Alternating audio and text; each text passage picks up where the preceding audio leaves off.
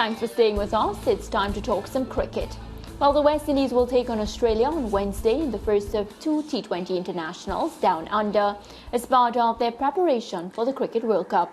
That match will be shown live on SportsMax at 3 a.m., 4:10 in the Eastern Caribbean. Well, Captain Nicholas Pooran says his boys are ready for the challenge. Yeah, it's definitely tough. Been playing a lot of cricket for the year. Obviously, CPL, the last tournament here. But there's two groups. The guys who got knocked out first, they came. I was part of that group. We had 3-4 days here. And the other guys came in last night. Again, it's difficult. It's a challenge, but we are professionals. At the same time, our main focus is obviously, World Cup qualifiers first. But in saying that, we have an opportunity to play against, obviously Australia. And we need to be smart as well. Our number one priority is obviously we're getting ready for that qualifiers. But in saying that, we use these games here, obviously we want to win. But we need to be smart as well. We need our players fresh and ready for when that qualifier starts. Pooran is confident he will score runs in the series. I felt good in terms of my batting. Obviously a bit disappointed. Last couple of series I didn't score as much runs as I wanted to, but as a batsman I'm feeling really good. I know I have my responsibility towards this team, but again, it's not about the pressure. It's all about me, doing what's required for the team and enjoying myself at the end of the day. Try to play cricket with a smile on my face, try to enjoy it, because that's the reason why I'm playing this cricket game. Yes, it's my job, but when I was younger, I used to enjoy playing the game. I just wanted to play the game as a sport and as a hobby. So just want to try to remember those things and use this tournament as a stepping stone for obviously bigger things to come. Well, joining us now to look ahead to the match is Fazeer Mohammed. Welcome, Faz. Good to be on the show once again, Mariah. Happy to be chatting with you. Well, Faz, we listened to Nicholas Pooran there and he spoke about enjoying the game, enjoying the sport of cricket. Do you get the sense that, many of the players now, and I'm going to jump to Shimron Hetmyer after, have lost the love for playing for West Indies cricket, and that is one of the contributing factors where, the losses continue to pile up one after the next? There are a combination of factors, Mariah, and that may be one of them. Players may be jaded. There's so much cricket being played these days. As Pooran pointed out, they've been playing virtually non-stop from format to format. He plays only white ball formats, of course. He's been captain. He's been facing a lot of criticism, much of it justified. It has to be said, his individual performances have not been there. But I found it interesting, the way he referenced the fact of trying to recapture that love for the game. But when you really look at it, Mariah, male, female, whatever you may be at whatever level in whatever sport, at some point you recognize that maybe that sheer love for the game has been dented in some way, and you would really like to recapture it. So maybe that's what he's trying to get back to get to the sheer enjoyment of the game, because sometimes you could get so caught up in all the other issues, the money, the contracts, traveling from city to city, halfway around the world in less than 48 hours. And you can get a bit jaded. But at the end of the day, it's of course the challenge as well of representing the West Indies. So I think he recognizes that. Whether he can actually turn that recognition into performance, we'll just have to wait and see. Yeah, let's move on now to the more pressing issue. Fast Cricket West Indies released a statement on Monday saying Shamarh Brooks will replace Shimron Hetmyer in the squad for the ICC T20 World Cup. The statement said Hetmyer was replaced after missing his flight on Monday. He had been originally due to travel on Saturday but did not make the flight. On both days, he cited family reasons for being unable to catch the flight. Pooran was asked about the issue. That's not my focus at the moment. I just don't want to give the media anything.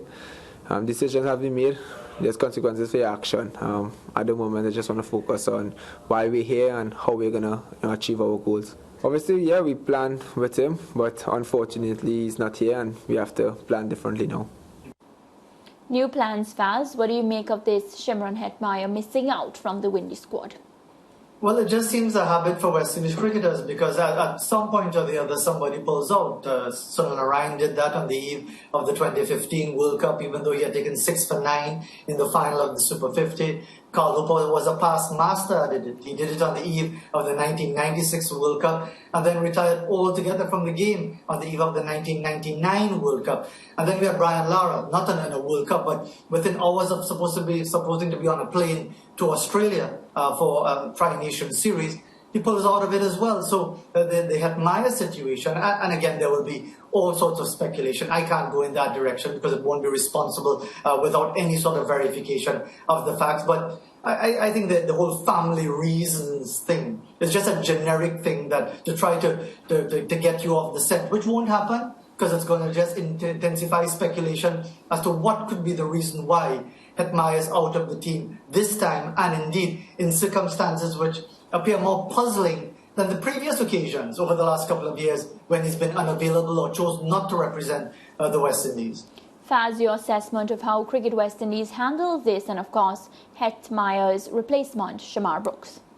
Well, Shamarh Brooks is an excellent replacement, and indeed the mere fact that he got that 100 in the semi-final against the Amazon Warriors to knock out the home side last week speaks volumes. And then in the final itself, he got a half-century, an important half-century. He's a real stylist. He's shown the ability to adjust his game to the shorter format. So he is a very good replacement, I suppose you could say a ready-made replacement. But yes, it is disruptive when these things happen so close to a tournament. You already have a situation where the players would have arrived in batches. You have a situation where Cricket West Indies, I think they did the best that they could. I mean, I don't know what more they could do to meet the requirements of a player who, for whatever reason, didn't seem particularly inclined to play for the West Indies in this World T20. I mean, they're not going to come out publicly and state what they know to be the facts of the situation, because that would create a level of animosity and could open the door to legal action, whatever the circumstances may be. So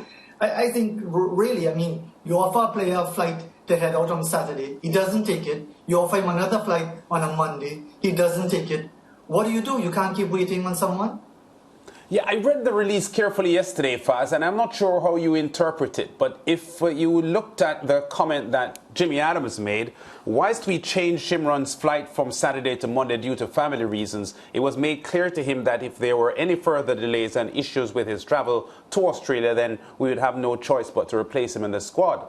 Now, when I listened to that and how carefully it was worded, it sounds to me as if Cricket West Indies were bracing themselves for him to come back on Monday and saying that he wouldn't make the flight. Exactly, and again, because they have to be so careful with the language, because the lawyers are just waiting to pounce depending on what you say, because it could be inferred something that wasn't really the case, and all sorts of things. That's what lawyers are there for, I suppose. But again, even Nicholas Pooran, his comment that we played just a couple of minutes ago, consequences for your action. That says a whole lot without actually talking specifics. So yes. Again, it really comes down, and I referenced the Evan Lewis situation a couple of weeks back.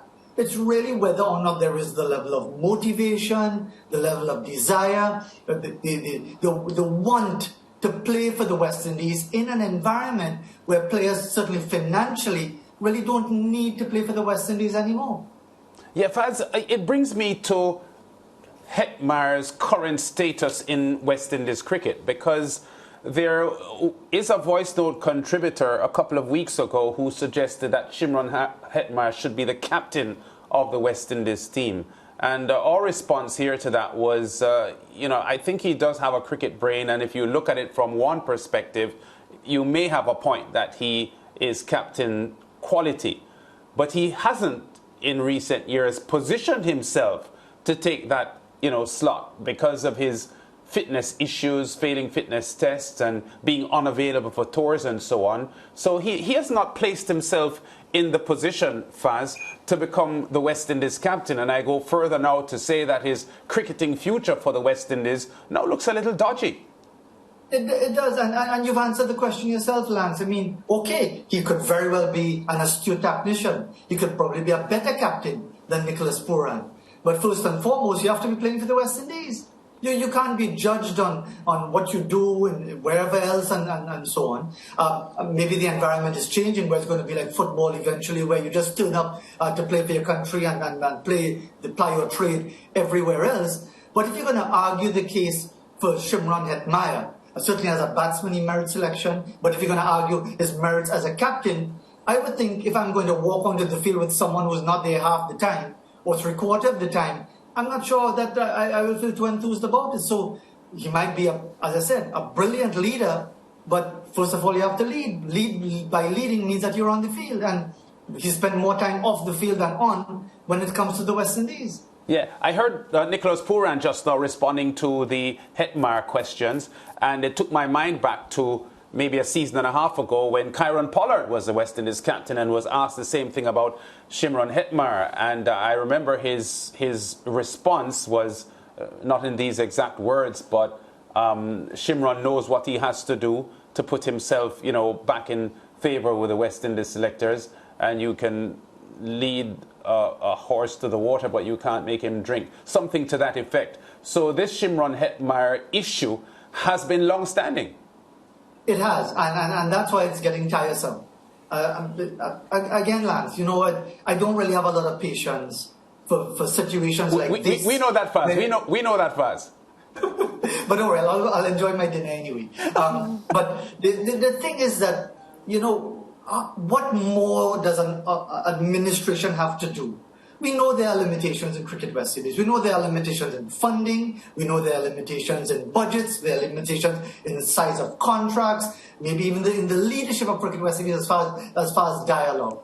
But at the end of the day, just this thing just keeps cropping up. And as I mentioned, in this case, it's Shimron Hetmyer. Previously would have been Carl Hooper on a couple of occasions, Sunil Narine, Andre Russell, going back to Brian Lara with that incident I mentioned, mere hours before the team was due to leave, with him in the team, he opted out. It just seems a pattern that reflects whether it's a failure to communicate effectively with the players, whether it's the players themselves carrying some grudge about how they're being treated, whether they're listening to just those who are in their bubble, because that's another thing. If you're only in a bubble sort of existence, you only hear your side of the story, you only hear the positives, and everything else is someone is out to get you. There are lots of things tied into it, but at the end of the day, we seem to be almost unique in this place called the West Indies, where we have these situations cropping up almost every time before a major tournament.